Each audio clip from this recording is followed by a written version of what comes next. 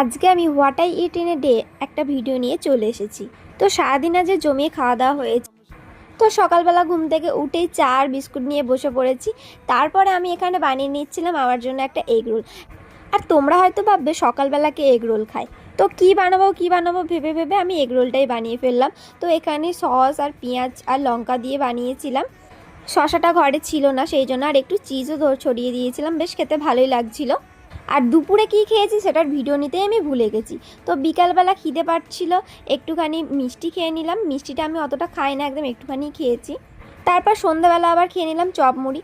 তারপর আবার খেলাম চা আর বিস্কিট। গরম যতই পড়ুক না কেন, সকাল আর বিকাল চাটা কিন্তু রয়েছে। তারপর রাত্রিরে হয়েছিল আজকে স্পেশাল মেনু মাটন। তো মাটনের এই মা আজকে যা তরকারিটা বানিয়েছিল না, একদম অসাধারণ, কোনো কথা হবে না। আর আমার আবার মাটনের মাংসর থেকে চর্বিটা খেতেই বেশি ভালো লাগে। তোমাদের কার কার চর্বি খেতে ভালো লাগে কমেন্ট করে জানিও। তো আজকের মতন ভিডিওটা এত দূরই, টাটা। ভালো লাগলে অবশ্যই কিন্তু একটা লাইক করে দিও।